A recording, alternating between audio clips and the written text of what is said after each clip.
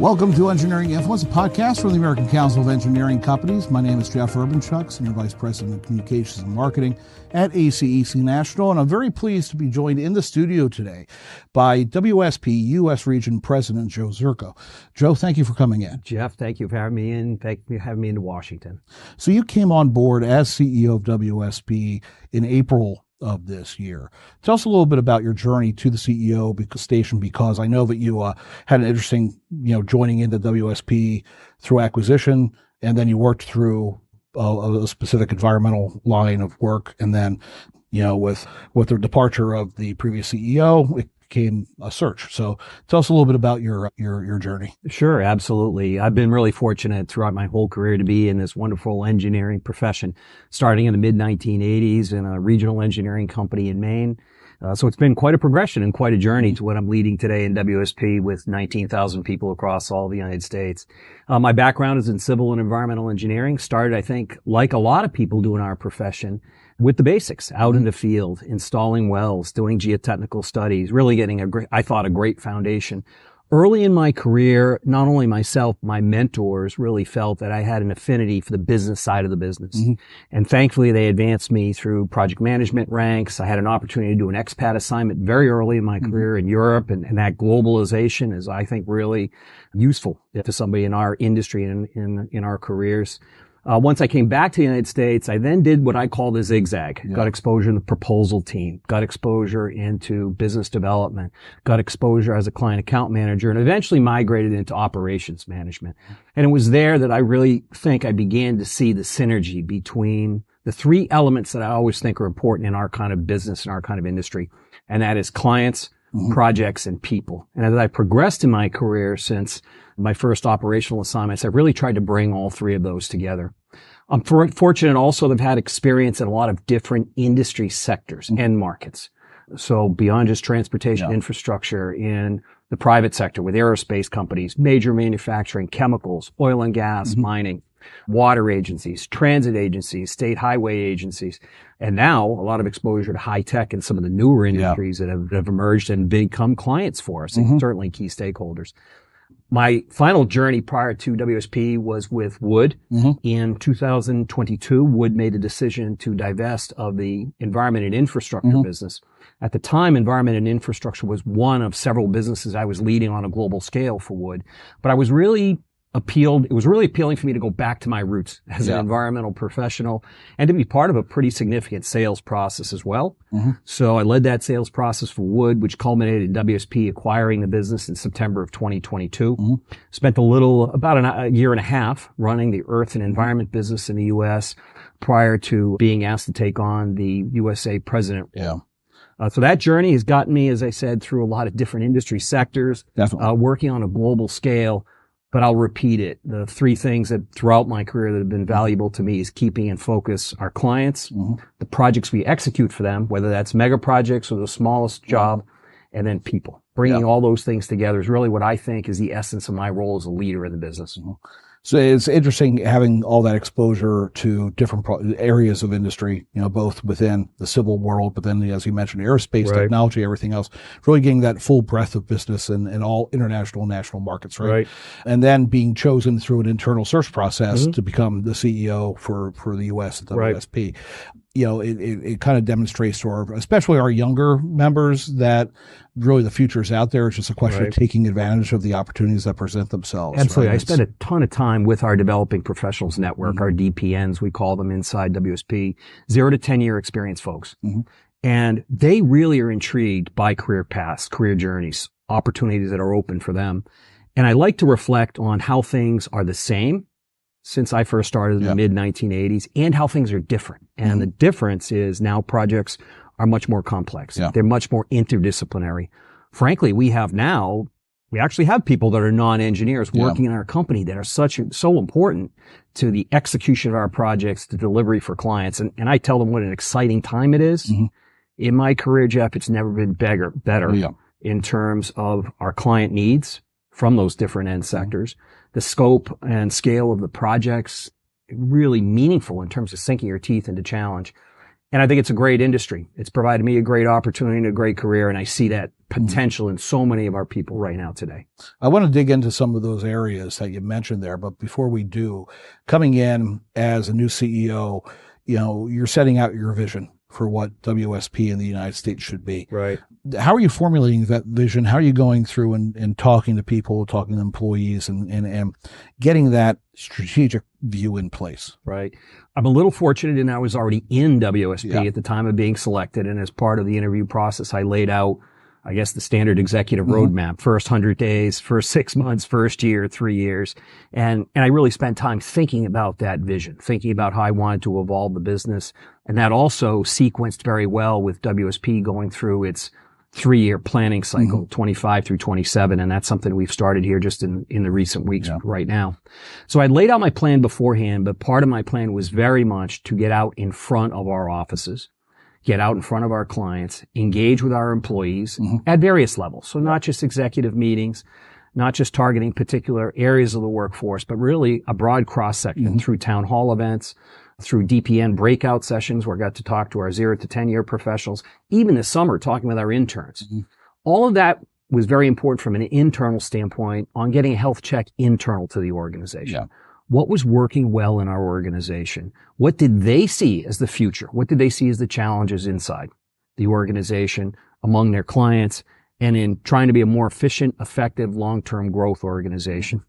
The other major part of what I've devoted time to in the first 5 months has been external facing with clients. And consciously, again, going to different clients geographically, different clients from end market sector standpoint, and really engaging them in 2 types of conversation. One, how are we performing? I've got to know to run a successful business, where are we performing today? How can we improve today? But also listening to them, their vision of the future. What are going to be some of their future challenges? What are they worried about through their project life cycles? What are they worried about in terms of funding sources? What are they worried about in terms of finding people? Providers like us, but also people inside their own organizations. So it's been a lot of listening tour. I enjoy doing that because I learn a lot. And I enjoy also coming out of those meetings, connecting people in our organization, connecting the network. Finding out we've got a specialized technical skill in one city that can be applied in the next place. Finding out we've got a client who has a need, and connecting that to an expert that I may have met across the organization. And I also am a very big believer in visible, transparent leadership. I think this is talked about a lot right now as kind of the post-COVID leadership attributes that people want. They want relatability. They want transparency. They want somebody that is going to be direct with them. And I often use the term MBA speak. They want somebody who strips away the MBA speak and talks directly about how to make their job and their role more fulfilling and how we can better serve clients. So, one of those things that is facing the industry as a whole, and you mentioned with clients about finding people. I mean, we're in a talent crunch, right? We're also looking at, we have our research institute is looking forward to saying, what's the firm of 2035 going to look like? And what is the makeup of the people within that firm going to be? You mentioned earlier about a lot of people who are not engineers in the firm who are very talented. How do you see, both on the client side, what they need and what they expect and really how technology is going to impact them and how they do their business, but also by how WSP operates, technology, AI, things of that nature.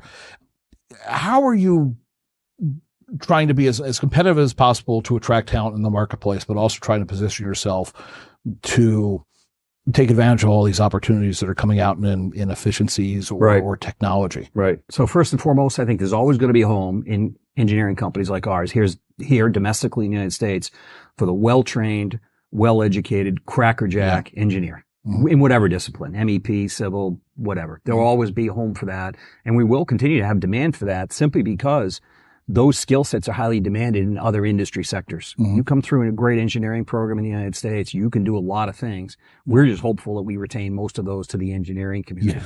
I mentioned earlier, there's going to be also opportunities for people in allied science skills, as well as even some people with liberal arts backgrounds to contribute to communications, to contribute in other ways and other forms of our project delivery. Some of the very best project managers are actually not people who are linear project or engineering trained. They can bring the different parts of projects together. So that doesn't restrict that project management community of the future will just be engineers. I think we really have to pay attention to the developing professionals, the 0 to 10 year experienced people. Our profession, through the compensation, through the great projects we work on, can attract people. Yeah. Can we retain them? I think that's probably a more central question. Yeah. And I think part of the answer to that retaining is being on the forefront of innovation, of being curious in how digital technology will evolve to benefit our clients, how things like AI will evolve, how this industry, which historically, if you go back, has not been one of the most innovative industries, begins to find ways to be more innovative. I am a big believer personally that in this industry, the innovation starts at the client face. So I'm not an advocate of creating some university on the hill where we house a few technical experts and let them out after they come out with something, because I think they're going to miss what's the fundamentals of client delivery and client needs. And I think the final piece to the puzzle regarding professionals, in addition to just retaining, is opening up to a broader landscape of where those resources may come from. Some of those resources we probably need to attract to this industry even earlier than college, even before internships. So something we're talking about in our organization is freshman year, sophomore year, and even back into high school. How can we begin to talk about what a great industry this is and attract folks? And then, as I mentioned, the world's a big place. There's an ecosystem of expertise in our industry. Some are resident in companies like ours. Some are resident in some partner firms. And those partner firms may represent disadvantaged businesses, historically underutilized businesses. I think you're going to see the ecosystem flex in the next 10 or 15 years to be even broader in terms of welcoming some of those other skill sets and resources. And then the final avenue is resources and people being trained outside the United States. They can certainly contribute to our projects with the elevation of the engineering profession into other countries that have some excellent talent, some great skills, and have evolved under globalization to be a great resource base. I saw that when I was with Wood, and it's something I think we can bring to WSP as well. Especially that talent that's trained in the U.S. universities, but has to return. So, I mean, the H-1B issue is huge for us, of course, immigration policy. We have to make sure that we're not closing ourselves off to talent. And I think that you really raise a good point, and it's something that we're trying to address with engineering. We have an engineering a workforce committee now. We have an engineering workforce consortium that we're starting, because we're trying to figure out how do we reach people before they get to college? How do we reach people in early? And also to demystify engineering, that you don't have to be, it's the kind of thing where it's an industry where you don't have to be a whiz with science or math, right? You can have that liberal arts background, still contribute in a different way. And it's widening that tent to the industry. In particular, I think some of the folks coming through college right now, mission and purpose of organization means a lot. Yes, it does. And I'm not going to get into generational labeling. I'm saying that if our profession, especially our profession, with everything we do to contribute to society, can articulate that mission and vision, I think we'll start really attracting a lot of people that'll say, wow, this is an industry that plays the central role in designing the future of transit. Wow, this is an industry that is providing clean water. This is an industry that's solving the electrification, decarbonization challenges. This is an industry that's making our buildings easier to work in, better to work in, more productive to work in. That mission, that purpose has to be incredibly attractive to kids that are coming through college. It has to be. And absolutely. I think we're in a great position to do that. And I appreciate ACEC's efforts around workforce. It's a key issue for us. And really our efforts are nothing without the firms themselves doing the work. I mean, that's the thing. It's, and to that point, I mean, one of the big issues is resilience, of course. Resilient design in the face of a changing climate. Now we have Climate Week, New York Climate Week at the end of September. We're actually looking at going up to the Javits Center to do an event with our Engineering and Public Works Roadshow. You know, how does WSP kind of fit in with the idea of resilient design, building a better future forward, you know, and a resilient infrastructure for just a changing world? That's really the core of the business. That's the core of our mission going forward as a business and our vision of how we're going to contribute. It's why we've added to the company through acquisition and organic growth, the services, the capability, and the people, because we're very much seeing climate change, resiliency affect all the customers across that entire end market platform that I discussed earlier.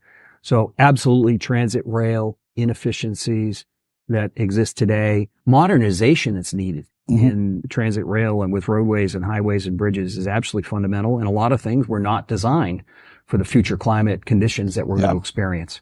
WSP has invested heavily in the earth and environment business, and that's because earth and environment ties much broader beyond regulations. Regulations in earth and environment was a 1980s, 1990s thing. Today, it's ensuring and enabling projects to happen, communicating with stakeholders, protecting environmental and water resources. It's why in the building space, we've really looked at energy efficiency and having some really top grade skills in mechanical, electrical, piping, plumbing, decarbonization, what we call built ecology. So when we build infrastructure, how can we make it more environmentally friendly, more resilient? And then our latest move with the acquisition of Power Engineers brings us 4,000 people to really help us fortify what we can do in the energy space. Yeah, that was a big acquisition because the Power was a big name in the energy space. How are you going to leverage that know-how to really expand WSP's breadth in the power distribution and also, in generation? Right. Let me answer that question in two dimensions. So first, if I look at the power business, a substantial portion of their business is core power related services and electrification services for companies that produce power or transmit power. That work is independent of energy transition. That work is independent of climate change. It's fundamentally to support our economy, to support the data-hungry data center world. Just getting electrons to move from A to B through substations, transmission distribution systems, better, faster, cheaper. And that's core business. On top of that is the opportunity they present to us to play in the energy transition space, which we view, or I view, to be a 20 to 40 year journey. It's not going to happen overnight. It's going to evolve with a lot of transformation from a hydrocarbon based economy to electrification based economy. And that's going to take some time, but thankfully we're going to have a platform through Power Engineers to deliver on that. The other angle on the power acquisition that was important to us was we knew we needed to strengthen our capability and power for our core clients in the transportation agency, at the airports, at the ports, among our rail clients, among our industrial clients. While we had those capabilities, we didn't have the strength of Power Engineers. And I know the Power Engineers folks had more challenges to enter those markets because they didn't carry the brand to be able to walk into a transportation agency or into an aerospace company and say, we're here to help you on your power. Now we have the best of both worlds. We have the customer focus and the relationships in those industries, and we've strengthened our capability on all things power. So we're really anxious. Looks as though that deal will close in the fourth quarter, early in the fourth quarter, and we're going to welcome that team on board with open arms. So how does the power acquisition kind of inform your general strategy or growth and acquisition? How is WSP positioning itself in the marketplace? Because we're seeing a lot of M&A activity in the industry, increasingly so. How do you look at that, and how do you want to position WSP to be an effective player in growing in this industry? Right. Here again, my first comment is there's a place for everybody in this industry. There's a place for the small local practitioners that are privately held, the mid-sized firms, the regional players, and then the large capability players. I view this as an ecosystem question, and we just happen to be one of the larger players in the ecosystem, and we're going to partner with those kinds of firms, as well as be open to potential acquisition in the future. We've built out the transportation business line vertical, property and buildings through acquisitions, earth and environment through acquisitions, now power. I would like to see us get stronger in energy. In water. In water. Water-related services on top of the recent acquisition we made on energy. Water is another one of those needs that our clients have when we speak to them that's multidisciplinary.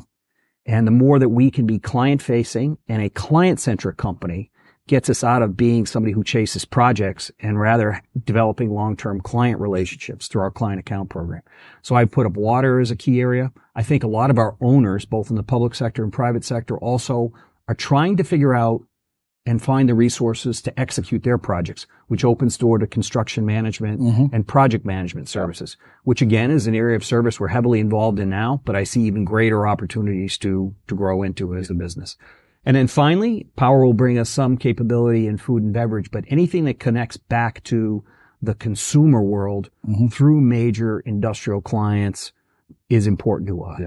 So that encompasses food and beverage, provision of water, so clean water services, increasingly semiconductors, life sciences, I can't speak to whether the timing of those will be imminent, but those are attractive areas as we look at furthering the capability of our business and working with the kinds of clients that we want to work with. Yeah, it's really expanding the breadth of engineering to not just, I guess, what everybody thinks of in typical civil or environmental engineering to this full service, full economy approach. Exactly. We want to be home to the best technical scientists and engineers in the world. That's become kind of our internal leadership mantra. How can we provide a home to the best technical engineers and scientists? Now, some of those engineers are going to be those infrastructure, environmental, classic people. Some might be people that do logistics. Some might be people that do power. So we're opening kind of our aperture, along with opening the aperture of the kinds of skill sets we're going to need to serve our clients going forward. That's fantastic. Joe, anything that we didn't hit upon that you want to make sure gets across to our audience? I think it's a really interesting time in our industry from the perspective of the legislation that's been passed in the United States to enable a lot of the projects that we're all working on right now. It's an interesting time in that this country has said things like environmental protection are important. It's interesting that we know we have to solve some of these issues around power, grid resiliency, just a more resilient environment. And we recognize it's going to take time to go from a hydrocarbon-based economy to a different, electrified economy. I think it's an incredible time for the professions that are in the business now. I think it's going to be an incredible time for the future. I think we need to do more, not to puff our chest, but to be humble geniuses. What we do and what we impact as an industry is amazing. And I know everybody goes to cocktail parties on weekends and gets the look of what do you do and how do you get paid for that? This really is a terrific profession. We do lots of things. And I want to underscore that point about the ecosystem. And it's an ecosystem of collaboration to solve some of these really challenging projects. And that extends beyond just big firms working with small firms. We recently signed the equity as a member of the Equity Infrastructure Project, because we recognize we need to work with communities and businesses that have been historically underrepresented. And we feel very passionately about that. It goes to underpin and support our commitment as an organization to ESG, which is passionately very important to me as an environmental professional, but also passionate to me as a leader. As a leader in the business, saying, what legacy am I going to leave? What vision do I want to paint for this organization so it can be sustainable for the future and successful for the future? Absolutely. We agree on all points. I think, we have to echo our essentiality. Doesn't mean we have to be boastful about it. Engineers aren't boastful by nature, but in everything that you do, it's one of those few industries or professions where you go in to improve something. You're brought in to make something better, and you actually leave something better behind for other people. And there's nothing to shy away from that. It's something to celebrate. So absolutely, it's a fantastic industry, and companies like WSP engaged in it is always great. And you have an open door anytime you're in town to come by, talk about what WSP is doing. And I really appreciate the time that you've shared with us. Thank you. And Jeff, we appreciate ACEC's efforts, ACEC's support in representing the industry, whether that's through workforce development activities at the state level and all the activity that's done there, and also through legislative efforts, which are important to, again, communicate the great things we do as an industry and our key role in the American economy. Fantastic. Well, again, Joe Sczurko joining us here, U.S. Region President, WSP. And this has been an episode of Engineering Influence, a podcast from the American Council of Engineering Companies, and we will see you next time.